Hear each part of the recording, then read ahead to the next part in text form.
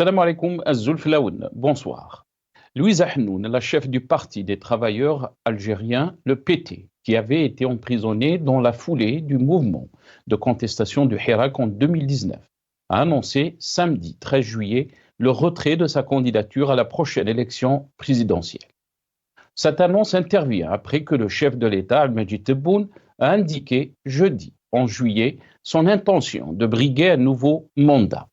Dans un communiqué, Louisa Hnoun a évoqué des conditions injustes et un cadre législatif régressif et antidémocratique. La secrétaire générale du Parti des travailleurs dit refuser de faire partie d'une opération électorale qui ne consacre pas la liberté totale de candidature sans exclusion. Elle décide non seulement de renoncer à sa candidature à l'élection présidentielle anticipée du 7 septembre prochain, mais aussi de ne pas participer à l'ensemble du processus électoral. Arrêt de la collecte des parrainages, non-participation à la campagne électorale et non-participation au vote. Louisa Hnoun a dénoncé une intention d'exclure le parti des travailleurs de l'élection présidentielle et de bafouer le droit du peuple à choisir librement entre les programmes politiques. Louisa Hnoun, qui avait été candidate au scrutin présidentiel en 2004, 2009 et 2014, n'a pas fourni d'autres détails, mais indiqué que sa décision était fondée sur des informations à sa disposition. Figure de l'opposition algérienne, elle avait été incarcérée en mai 2019, en plein Hirak, après avoir été inculpée de complot contre l'État et l'armée. Elle a été libérée en février 2020 et acquittée en janvier 2021. Qu'est-ce qui a poussé Louisa Hnoun à retirer sa candidature à la prochaine élection présidentielle? Sachant que le retrait de sa candidature intervient 2 jours après l'annonce de Al-Majid Tebboune qu'il briguerait un nouveau mandat en se basant sur le désir de nombreux partis, organisations politiques et non politiques, et de la jeunesse. Après l'annonce de Tebboune de briguer un deuxième mandat, tout le monde sait que les jeux sont faits et tous savent qu'il faut participer à une pièce de théâtre. Cette évolution inquiétante vers l'opacité, l'autoritarisme, le manque de débat et de critique est devenue un sujet de préoccupation majeur pour les Algériens. L'Algérie nouvelle de M. Tebboune et compagnie vit des crises multiples. Pire, notre pays n'a jamais été aussi vulnérable à l'intérieur et à l'extérieur, comme il l'est aujourd'hui. La crise algérienne est avant tout une crise éminemment politique et sa solution ne peut être que politique. Nous débattrons du retrait de Louisa Hnoun de l'élection présidentielle anticipée du 7 septembre prochain et son appel à la non-participation au vote. Juste après cette petite intro.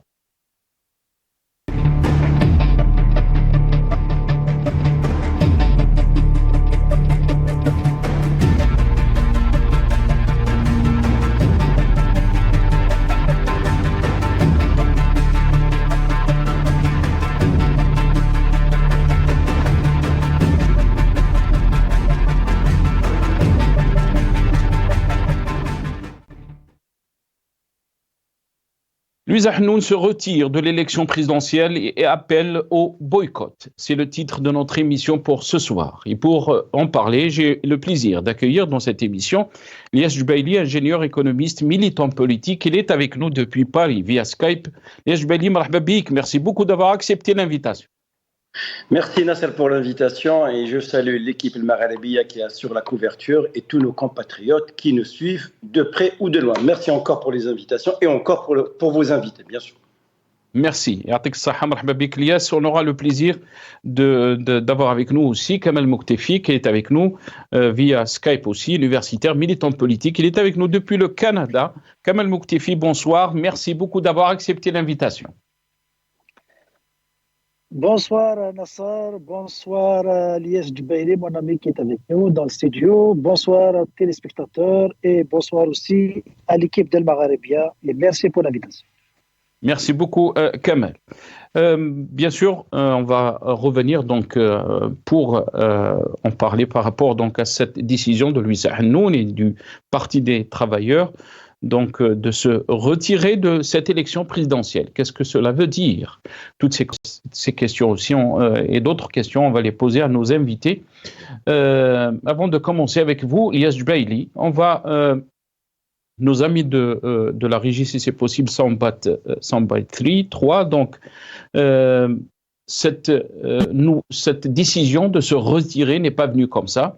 Il y a eu aussi, si on peut dire, donc elle se plaignait, Louisa Hennoun, mais aussi d'autres candidats par rapport donc à la situation des signatures et qu'il fallait peut-être prolonger le délai par rapport donc le délai de dépôt de dossier.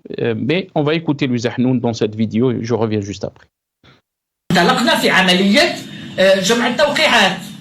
احنا على بالنا بلي راح تكون صعبة على خاطر القانون الجديد متشدد كثير.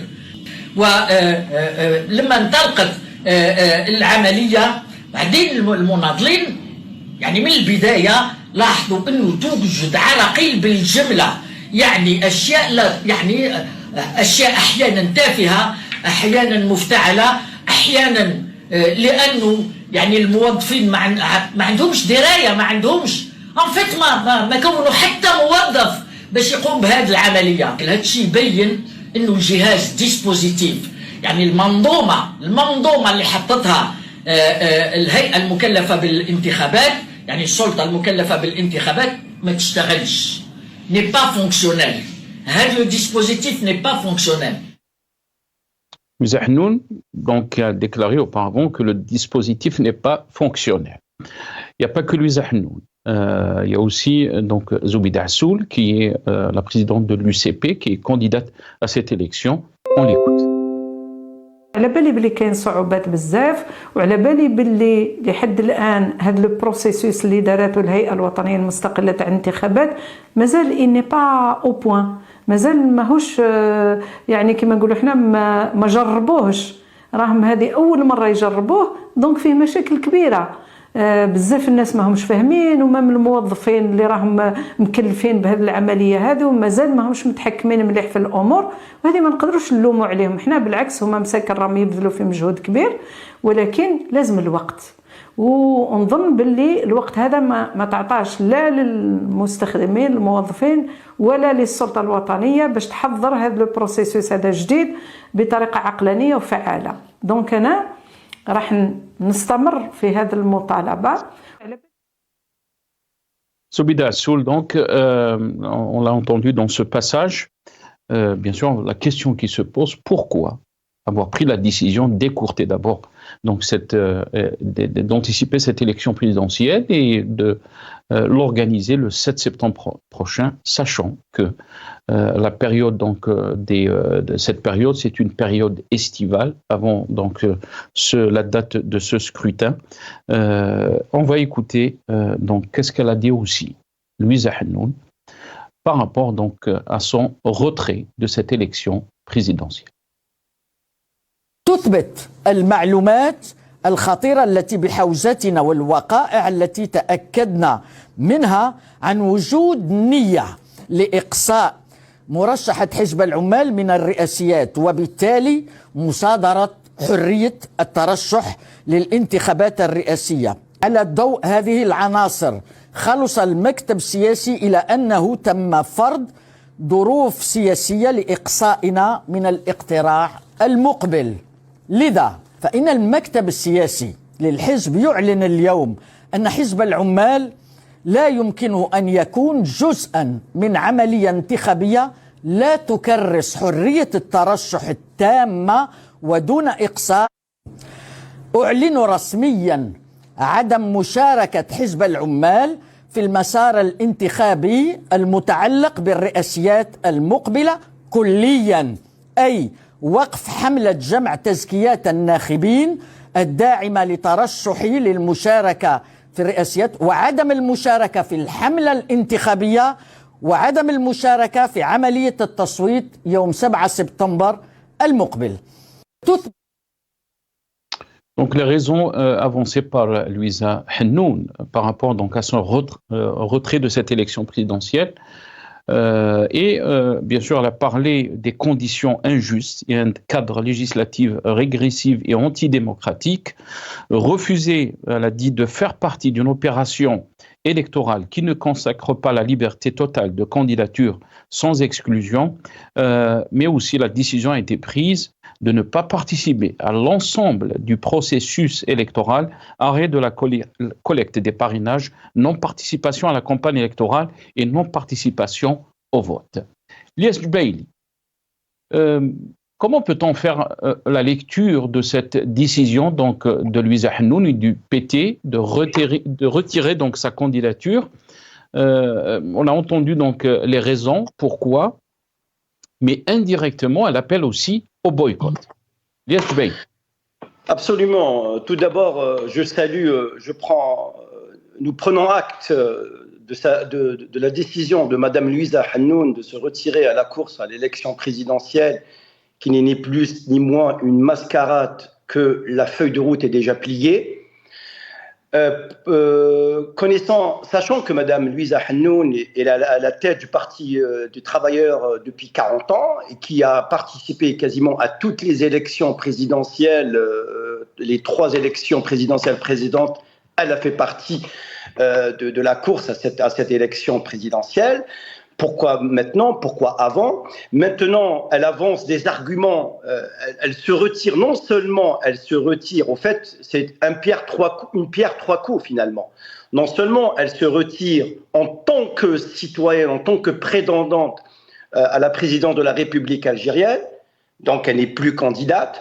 Deuxièmement, elle engage son parti, il participe à une non-participation à cette élection. Et troisièmement, elle appelle quasiment de façon implicite au boycott de ces élections. Tout ceci, elle avance des arguments. Il y a 3 arguments. Le premier argument, les conditions sont injustes. Quelles sont les conditions injustes? Est-ce qu'elle n'arrivait pas à avoir ces formulaires de parrainage? Parce que la dragée, elle est très très haute. Pour avoir les parrainages, pour 50 000 parrainages en Algérie, il faut courir. Il faut courir, il faut pactiser avec pas mal on va dire avec le régime, parce que c'est lui qui donne l'autorisation à certaines personnes pour valider, pour donner les formulaires, pour donner les parrainages. Je pense la dragée, elle est très haute. Deuxièmement, elle dit que le cadre, il est régressif et antidémocratique.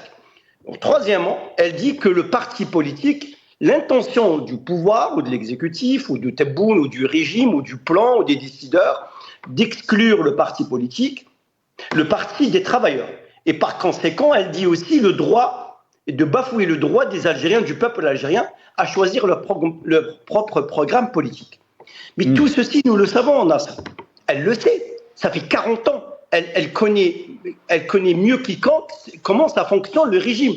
Elle connaît mieux que moi, mieux que quiconque, comment ça fonctionne le régime depuis des décennies. Elle connaît les rouages, les tenants, les aboutissants. Pourquoi maintenant et pourquoi pas avant? Est-ce que vous pensez qu'on a donné des garanties, Lies Jubaili?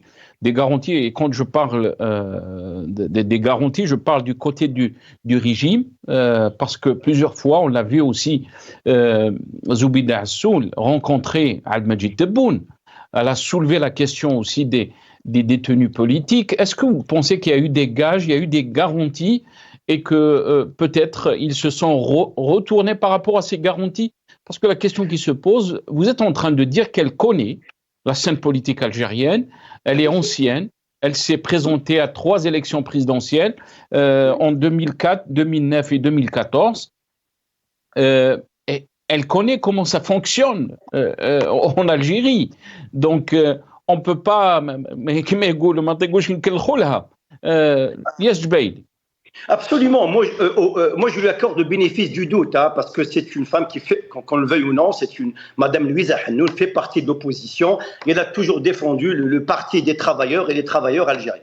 Ça, il y a aucun doute là-dessus. Mais pour se présenter, il faut l'accord, il faut une validation tacite du régime, parce que c'est le régime, c'est le pouvoir, c'est le clan militaire.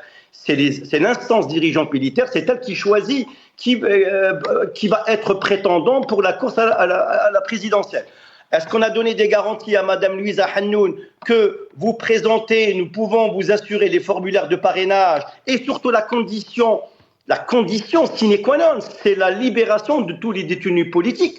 C'est une femme qui défend, une femme politique, militante de la première heure, qui défend les travailleurs et le droit du peuple, algérien et les droits élémentaires, la liberté d'expression et surtout tous les droits. Est-ce qu'on lui a dit que niet, il n'y a pas de libération des détenus d'opinion et par conséquent, à la décision, son âme et conscience de se retirer pour ne pas, je veux dire, elle a 70 ans, Nassar, il faut le savoir aussi. Je pense, elle a 70 ans, ce n'est pas par rapport à l'âge. Elle a 70 ans, je pense, elle veut faire quelque chose bien pour son pays, mais elle se heurte à un régime qui est très dur, qui ne veut pas négocier et qui impose ses lois. Je pense qu'elle a pris sa décision de se retirer de façon définitive à partir du moment où les conditions, ou les garanties de la libération des détenus d'opinion, d'autres droits ne sont pas garantis par le régime. Peut-être elle ne peut pas faire cavalier seul ou être le lièvre secondaire, sachant que M. Tebboune sera redésigné coûte que coûte, qu'on le veuille ou non. Donc, elle essaie de bien tirer, de bien calibrer et d'imposer. Je me présente à condition, le minimum, libérer ces détenus d'opinion qui croupissent dans vos prisons. Voilà. Très bien. Restez avec nous, Lias Jubaili, puisque vous avez parlé de détenus donc d'opinion, et cette question a été soulevée aussi par Louisa Hannoun. On va l'écouter dans ce passage et je vais donner la parole après à notre ami Kamal Mouktefi. On l'écoute. فيما يخص السجناء قال إذا كان سجين سياسي واحد أعطوا لي اسمه، كان يتوجه لي أنا في الواقع يعطي لي اسمه وأنا نسرحه نخرجه من السجن. انا هذاك سجلته، ما نعتبرش انه هذاك الشيء باسكو قال زعما معناه ما كانش السجناء ما يعترفش. انا دوري الان اني راح نوصل له القائمه تاع السجناء السياسيين ومعتقلي الراي وبالادله والاثباتات. زال متابعات قضائيه الى غايه الان وانا طلبت بتوقيفها، يعني وقف هذه المتابعات. فمعناها ما كانش سكينه في هذه البلاد. فكيفاش واحد خرجوا في مسيرات ونقولوا الحراك مبارك ودسترناه على اساس انه مبارك ومن بعد تم متابعات؟ هذاك العهد نتاع الراحل قايد صالح اللي كان حكم، يعني تسلط على السلطه، خذا السلطه الامر الواقع حتى الانتخابات الرئاسيه. Louisa Hannoun, mais aussi cette question a été soulevée pendant donc cette rencontre avec les partis politiques et avec Al-Majid Tebboune. On l'écoute. المسار الانتخابي كي يجري في السكينة يتطلب توفير عدة شروط سياسية تتعلق بحرية التعبير، تتعلق بإطلاق سراح السجناء، بتهدئة الأوضاع، تتعلق بوقف المضايقات، تتعلق باتخاذ إجراءات عدة تساهم في تلطيف الجو.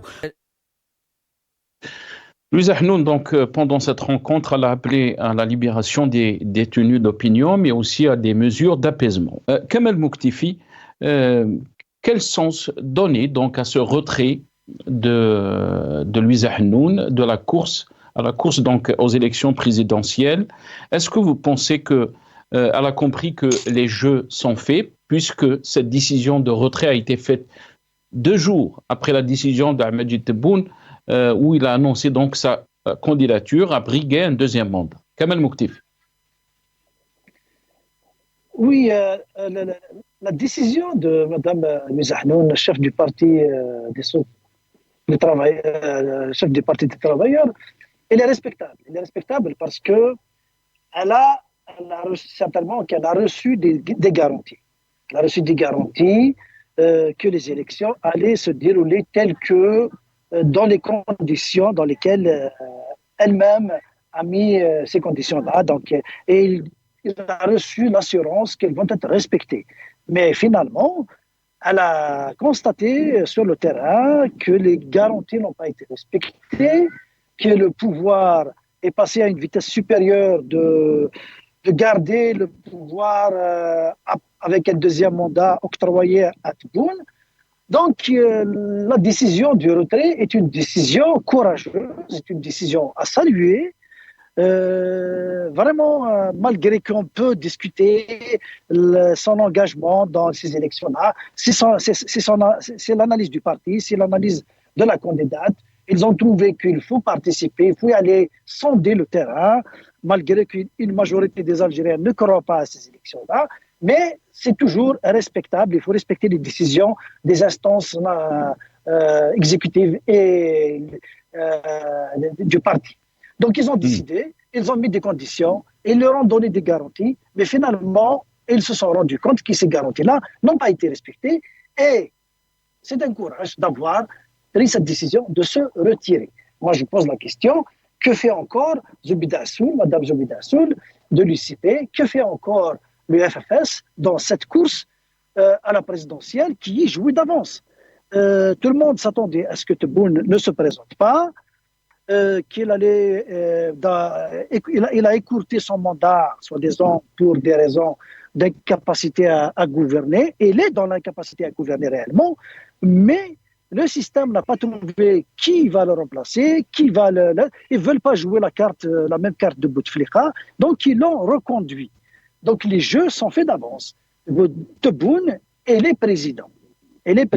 Donc, est-ce que vous pensez, Kamel Mouktifi, est-ce que vous pensez que ce retrait donc de Louisa Hennoun jette le doute sur, si on peut dire, la légitimité de ces élections?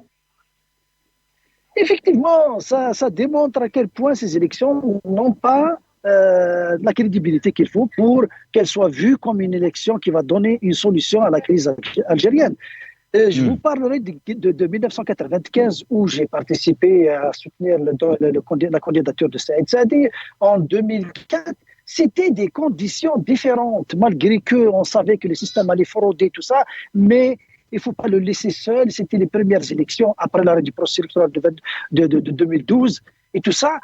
Et 2004, si vous étiez sur le terrain pour constater le forcing des services de sécurité qui avaient peur que Benfli, c'est la coalition qui était autour de lui, des candidats qui allaient faire coalition au deuxième tour, s'il y avait deuxième tour, les services avaient peur. Moi, j'étais sur le terrain. Ce n'est pas les mêmes conditions que maintenant. Il y avait un risque que Bouteflika n'allait pas gagner ces élections-là en 2004. Et nous avons été violentés dans les bureaux de vote par le DRS, par les services de Toufik. Et ils nous ont sorti, je me souviens, dans un bureau de vote, ils ont sorti des pillards, des armes pour nous mettre dehors et leur donner le temps de bourrer les urnes. Nous ne sommes pas, à l'époque, ça peut justifier, ou bien la participation d'Aït Ahmed en 99 et tout ça, ça justifiait, il y avait une certaine porte entrouverte pour dire peut-être qu'on peut peser, peut-être qu'on peut gagner. Mais en 2024, les élections du 7 septembre, il n'y a pas d'espace pour la libre expression, il n'y a pas d'espace pour un jeu démocratique crédible, il n'y a pas d'élection libre et honnête. Donc, ça ne sert à rien de continuer. Moi, j'appelle Madame Zoubida Assoul, qui est sage, qui est juge, qui est avocat, éminente avocate, respectée sur la scène politique. Si elle tient à sa crédibilité, si elle tient au respect, si elle évalue le respect qu'on lui voue, elle doit se retirer. Elle doit se retirer parce que nous avons besoin d'elle dans l'opposition. Mais Kamel Mouktifi, il y a aussi une autre lecture, je vais vous donner la parole. Il y a une autre lecture aussi qui dit peut-être ce retrait de Louisa Hennoun explique qu'il y a malaise au sommet de l'État, si on peut dire, ou du régime. Est-ce que vous pensez qu'il y a une partie du régime qui ne veut pas qu'il y ait un deuxième mandat de Al-Majid Tebboune? Et peut-être cette partie est représentée par la décision de Louisa Hennoun de se retirer de cette élection présidentielle. Avant de vous donner la parole, on va écouter donc dans cette vidéo Al-Majid Tebboune qui avait annoncé donc sa candidature. أعتقد أن نزولا عند الرغبة نتاع كثير من الأحزاب والمنظمات السياسية وغير سياسية والشباب نتاعنا أعتقد أن آن الأوان أن أعلن أني سأترشح لعهدة ثانية مثل ما يسمح بها الدستور. إذا الشعب قرر التزكية أهلا وسهلا، وإلا أنا كنت قمت بواجب، يعني من جزء من الواجب، واللي يجي يكمل الله يسهل. Donc, Tebboune qui a annoncé sa candidature. Kamel Mouktifi, je vous rends la parole. Qu'est-ce que vous en pensez, Kamel Mouktifi? Oui, dès l'instant que j'ai vu cette vidéo là, dans laquelle elle a rendu publique sa candidature, j'ai vu une posture d'un candidat hésitant. Il n'est pas sûr, et il n'est pas dans la peau de quelqu'un qui montre qu'il maîtrise la situation. Est-ce que vous pensez qu'on lui a forcé la main? On ne pense pas. Non, il n'y a pas de force. Parce qu'on a vu aussi, vous êtes en train de parler du body language, et c'est très important. On a vu aussi la vidéo de Boualem, le directeur de cabinet de Ahmedji Tebboune, qui s'est déplacé pour récupérer donc ses formulaires. Et on a vu qu'il était aussi, qu'il n'était pas très convaincant dans ses paroles, dans cette petite interview qu'il avait accordée. Est-ce que vous pensez qu'il n'y a pas vraiment, si on peut dire, une entente par rapport à ce deuxième mandat d'Ahmedji Tebboune? Moi, je vais vous dire comment j'ai appris à faire de la politique en Algérie, et je connais la plupart des comportements des hommes du Sérail. À chaque fois qu'un chef de cabinet d'un président sort publiquement, c'est une façon de le sacrifier et de le pousser à la sortie, à quitter le sérail. C'est une manière de le sacrifier. Moi, je maintiens mon analyse. Je vous ai dit, Tebboune, est-ce qu'on lui a forcé la main ou pas? C'est une autre question. Mais il ne terminera pas son mandat. Il va faire 2 ans. Et le sacrifice de Boualem qui va quitter le cabinet du président après le 7 septembre va laisser la place à celui qui va remplacer Tebboune après 2 ans de gouvernance.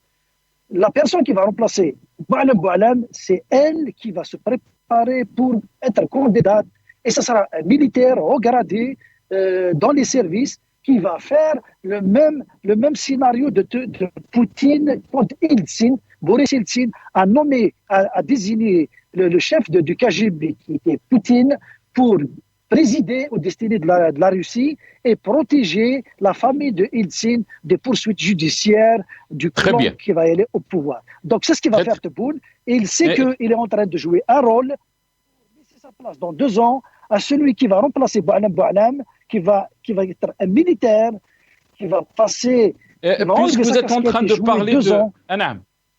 Kamel Mouktifi, puis on va donner la parole un peu à notre ami Lies Djubaili, puisque vous avez soulevé cette question militaire, et c'était notre sujet hier, ce décret présidentiel qui a été signé par Ahmedji Tebboune, qui est paru donc dans le journal officiel, qui ouvre la voie au détachement des officiers généraux et des officiers supérieurs vers des postes de haut niveau au sein de l'administration civile publique. Vous l'avez dit, Kamel Mouktifi, cette question aussi pose des problèmes, Lies Djubaili, parce que on est à quelques semaines de cette élection présidentielle, moins de 2 mois.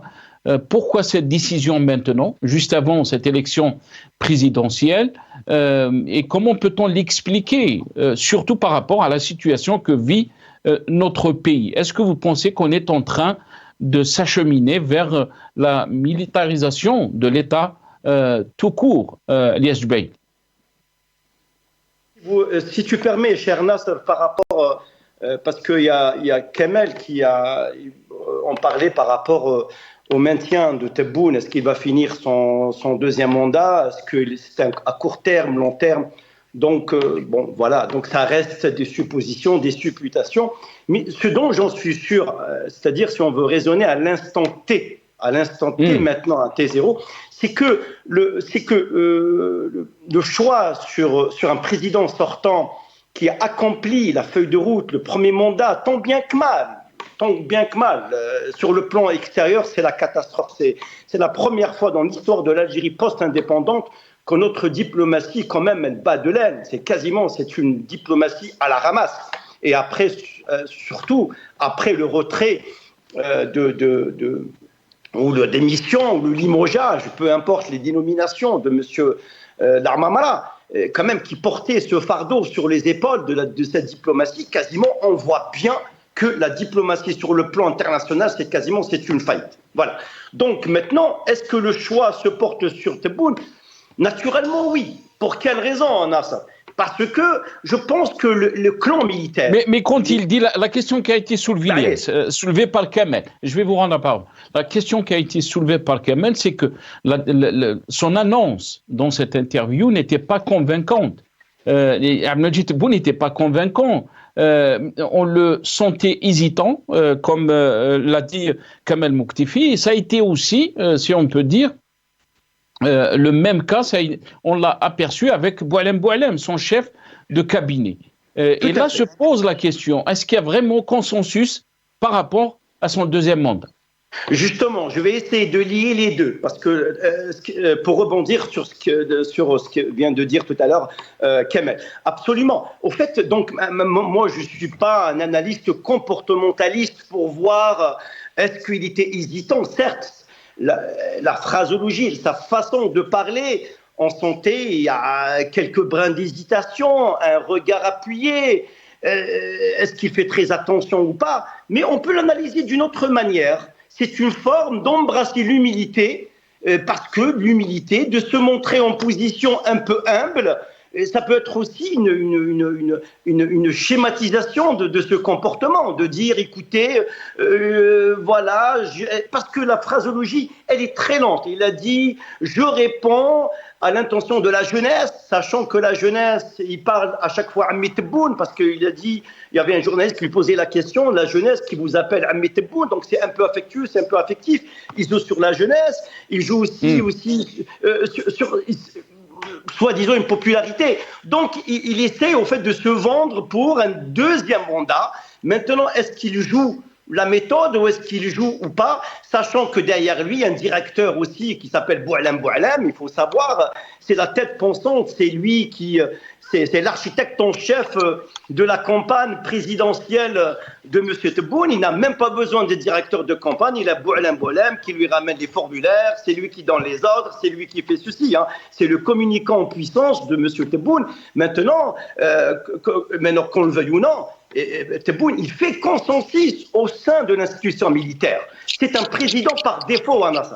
C'est un président par défaut. Au premier mandat, il reste dans la continuité un président par défaut en attendant de retrouver une deuxième personne, une autre personne qui va le remplacer incessamment sous peu ou après la fin de son mandat. En tout cas, là, personnellement, moi j'en suis sûr, il fait consensus. Maintenant, est-ce qu'il y a le clan dominant qui est avec M. Tebboune ou le clan dominé qui est contre M. Tebboune ou un autre son de cloche? En tout cas, il faut savoir que tous les clans militaires, ils n'ont pas le droit de transgresser la ligne rouge, même s'ils sont en désaccord. Quand il s'agit des lignes rouges, ils refusent de les transgresser parce que ça met en péril, leur maintien au pouvoir. Donc, pour finir, M. Tebboune fait consensus, donc il va continuer la feuille de route, il va continuer dans l'esprit de la société, des partis politiques qui sont inféodés de l'Algérie nouvelle.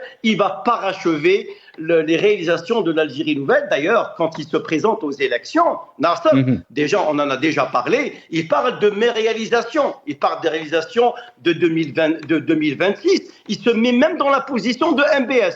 MBS, il dit que je suis pour l'Arabie Saoudite, j'ai un projet en 2030 jusqu'à 2040, et lui, il parle de 2026. Ça veut dire qu'il est déjà président, c'est juste une formalité administrative voilà, pour valider son deuxième mandat. En tout cas, il fait consensus, même s'il y a un autre clan qui n'est pas d'accord, mais il n'y a pas de remplaçant pour les décideurs militaires. Il n'y a pas de décideurs. Voilà. Il n'y a pas de remplaçants pour l'instant. Non, il n'y a pas. Pour le moment, il n'y a pas. Franchement, il n'y a pas. Absolument. Très bien. Même M. Mehoubi, qui était un prétendant sérieux pour la première élection présidentielle de 2019, il vient d'apporter son soutien. Pour vous dire à tel point que toute la coalition qui apporte son soutien, FLN, RND, El Moustaqbel, El Bina, tout le monde, même j'ai lu sur l'Expression, un journal Expression, qui dit, même les Zaouïas, les partis politiques et même la société civile apportent son soutien à l'unanimité pour M. Tebboune. On voit bien que toute la machine de guerre médiatique, elle est au service de M. Tebboune pour briguer un deuxième mandat, coûte que coûte, qu'on le veuille ou non. C'est les mêmes pratiques qu'on a vues donc dans l'ère Bouteflika. Avant de revenir à vous, Kamel, on va écouter Mohamed Sharfi, donc le président de l'ANI. On l'écoute et je reviens à vous.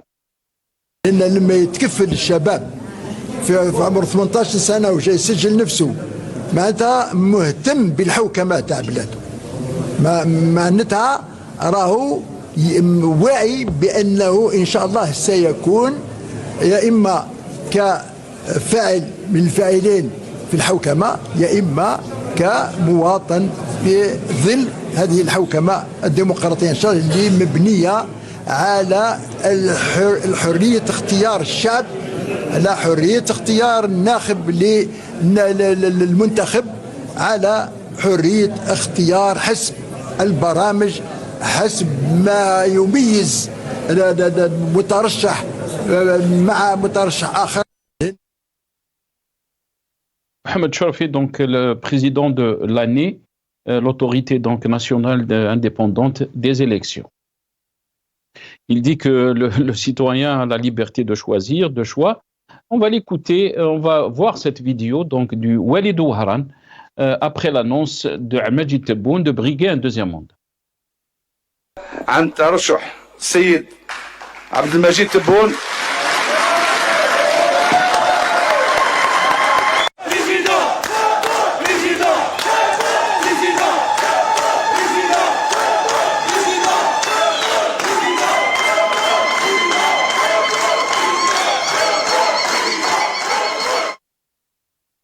Donc, Walid Ouharan, le Walid, normalement, c'est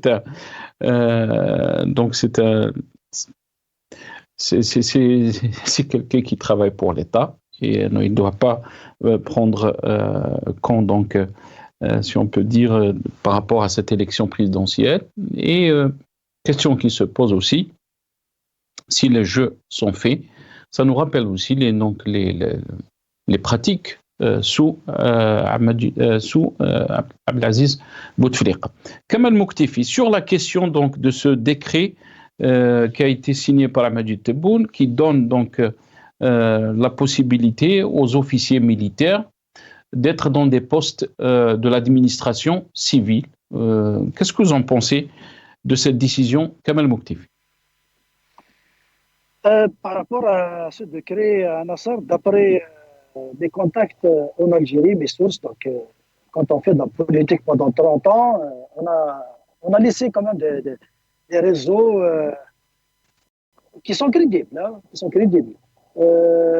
Mes contacts me disent que ce décret-là est une bombe qui a ébranlé la présidence, qui a ébranlé le Mouradia. La majorité des conseillers et de l'encadrement de Tebboune étaient contre ce décret parce qu'il a été imposé de l'extérieur. Ils ne voulaient pas de ça et ça les étouffe.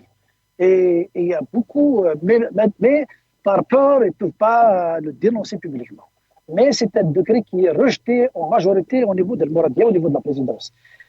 Est-ce qu'on peut lier le forcing des militaires sur la présidence et est-ce qu'il y a une déchirure entre Chegreha et Tebboune? Est-ce que c'est un mariage forcé? Est-ce que ça pose toutes ces questions-là? Mais une chose est sûre que des informations qui nous parviennent, les civils qui tiennent à la vie civile, à la vie politique civile au sein de la présidence, et ils ont reçu le décret comme une bombe. Et les militaires qui veulent imposer ce décret-là parce que ils voient en la mauvaise gestion des 5 ans passé dans le mandat de Tebboune comme une source d'implosion au niveau national.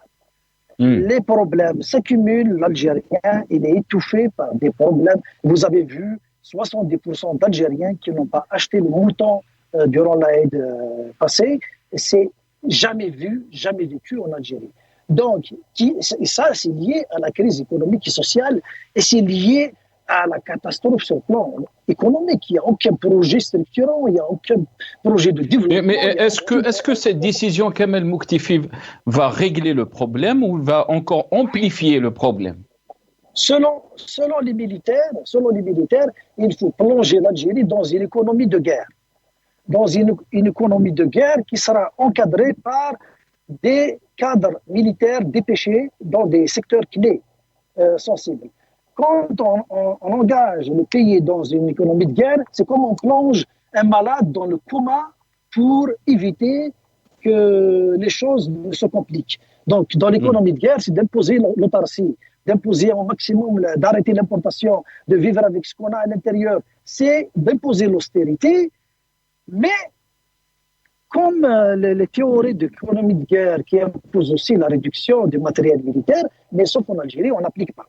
On fait exception, le matériel de guerre, on va continuer à en acheter, on va continuer à investir des milliards là-dessus, mais on va couper dans tous les secteurs, on va imposer une austérité à tous les niveaux. Pourquoi? Parce qu'il n'y a pas d'argent pour acheter la paix sociale. Il n'y a pas d'argent pour calmer les jeunes.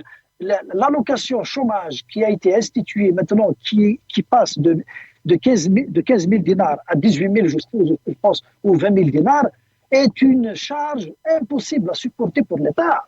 Si elle arrive déjà, dans les prochaines années, à assurer le paiement de la fonction publique, c'est déjà ça.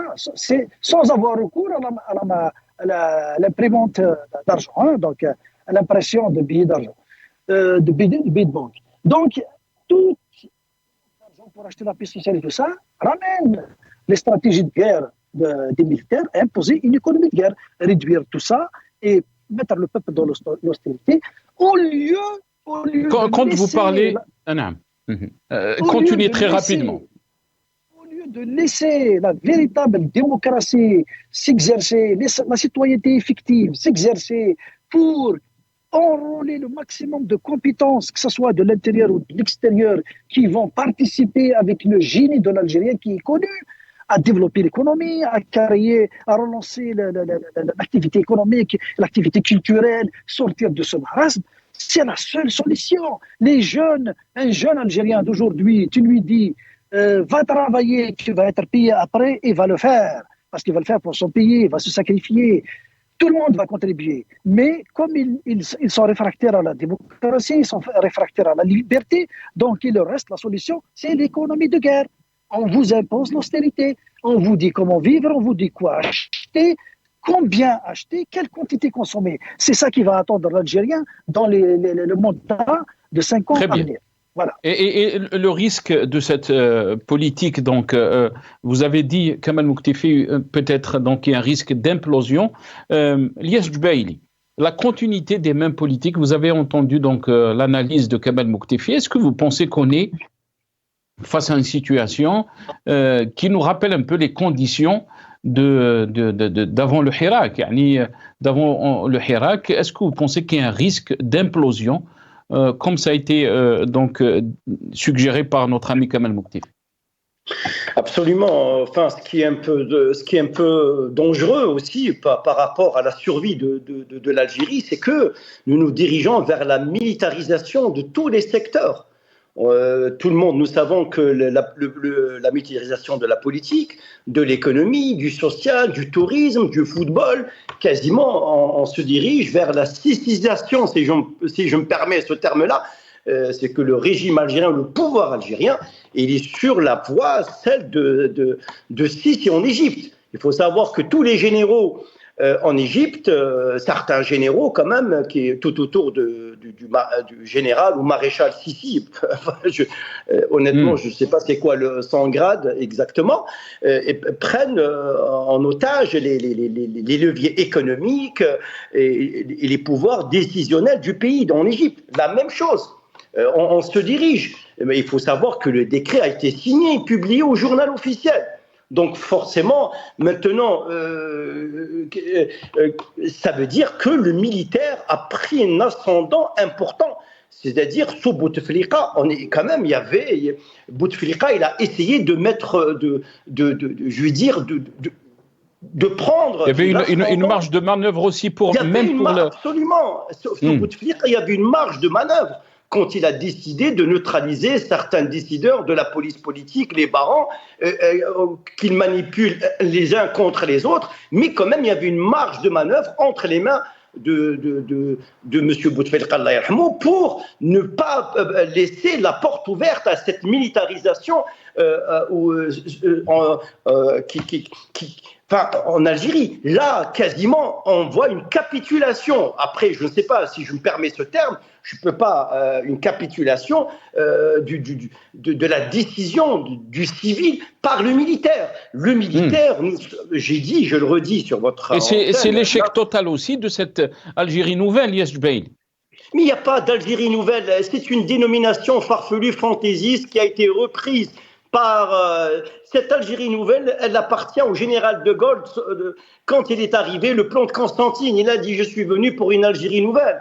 Pour un petit peu sauver cette Algérie française. Heureusement que nos chouhadas, ceux qui sont donnés, sont sacrifiés pour ce beau et grand pays, et ils ont mis échec à cette Algérie nouvelle de Gaulle. La même chose, cette Algérie nouvelle de M. Tebboune, c'est une invention dans sa tête. L'édification de cette Algérie nouvelle, quelle Algérie nouvelle? L'Algérie nouvelle des détenus d'opinion, l'Algérie nouvelle de l'inflation, du pouvoir d'achat quasiment de la société, la destruction du tissu social algérien. C'est ça l'Algérie nouvelle. Mais il ne fait pas bon vivre en Algérie, tout le monde le sait. Est-ce que vous le savez qu'il y avait 1000 harragas en 24 heures en Espagne? 1000 harragas algériens. Sur ces 1000 harragas, il n'y a pas que des personnes qui ont perdu leur emploi ou qui ne trouvent pas du travail. Forcément, il doit y avoir des médecins, des ingénieurs, des juristes, des écrivains, des poètes, des chanteurs. Tout ça, ça veut dire que ce pays ne fait plus bon vivre. De ce pays, il est complètement confisqué. Il faut que ce régime comprenne, le pouvoir, les décideurs comprennent. C'est intenable de tenir à l'insu du peuple cette politique qui donne aucune marge de démocratie au peuple. Donc forcément, même un petit mot sur cette autorité c'est ça, l'autorité nationale des élections indépendantes, elle est indépendante que par le nom. Elle est forcément instrumentalisée, elle est dictée. Monsieur Chauffy, il reçoit les ordres et il décide. Vous savez, c'est du populisme quand il dit j'ai vu un cheb à Montantachna, 18 ans, qui veut militer. Mais le jeune de 18 ans, voter c'est un acte civique, c'est normal. Mais le jeune de 18 ans, assurez-lui son avenir en Algérie. Merci. Son avenir en Algérie. Parce qu'il y a des jeunes de 18 ans qui se trouvent dans des parcs de fortune et qui risquent leur vie à tout moment. C'est ça la réalité. Merci Lies, barakallahu fik. Parce qu'on est en train de... je vous presse, parce qu'on a dépassé le temps de l'émission très rapidement, Kamal Mouktefi.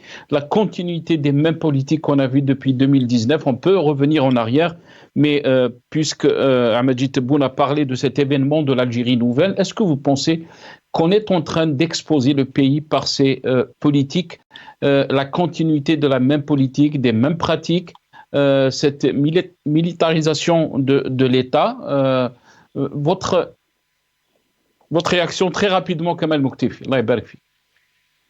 Oui, c'est un pays qui est en danger. C'est un pays qui est en danger tant qu'on a exclu le peuple dans la participation de son développement. Je vais répondre à certaines questions que les citoyens algériens se posent comme par rapport à cette élection. Pourquoi le pouvoir organise les élections, vu qu'il va les frauder, et le président, on le connaît d'avance. Vous savez pourquoi il le fait? C'est parce que lui-même, il croit que la démocratie n'est pas une bonne solution pour l'Algérie, et il vous dit que c'est à nous de choisir qui va être président, qui va être député, tout ça. Mais nous maintenons ces élections-là pour donner une démocratie de façade, sinon on sera exclu sur la scène internationale. Vous ne pouvez pas participer au Conseil de sécurité de l'ONU si vous n'avez pas un semblant de démocratie chez vous. Votez, fraudez comme vous voulez. Mais donnez au moins l'image d'une démocratie, montrez-nous le peuple qui va y aller voter. C'est pour ça qu'ils veulent montrer des images pour montrer des images du peuple qui va y aller voter. Alors la solution, vous ne pouvez rien faire pour vous mettre en danger, sauf rester chez vous le 7 septembre et ne sortez pas. Montrez ville morte et ce pouvoir, il va... Regarde, le zéro vote de Kabylie l'a tué. Le zéro vote de Kabylie l'a tué. Imaginez-vous un zéro vote national. Ça va être un pouvoir qui va être dénudé au niveau international. Merci. Merci Kamel. Merci beaucoup Kamel. Désolé, je vous ai pressé. Je sais que vous voulez... Kamel Mouktifi, donc merci à vous, universitaire, militant politique. Merci Alias Djbaili, ingénieur, économiste et militant politique. Vous étiez avec nous depuis Paris. Ya'tikum saha. Bqaw ala khair.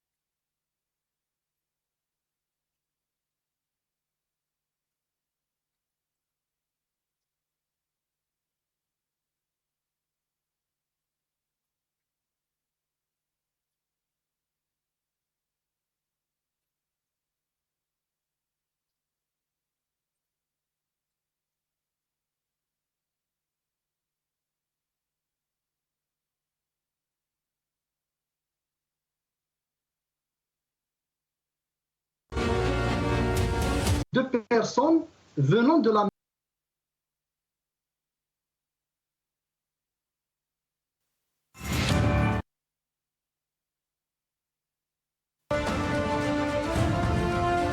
شكرا جزيلا لقبول الدعوة.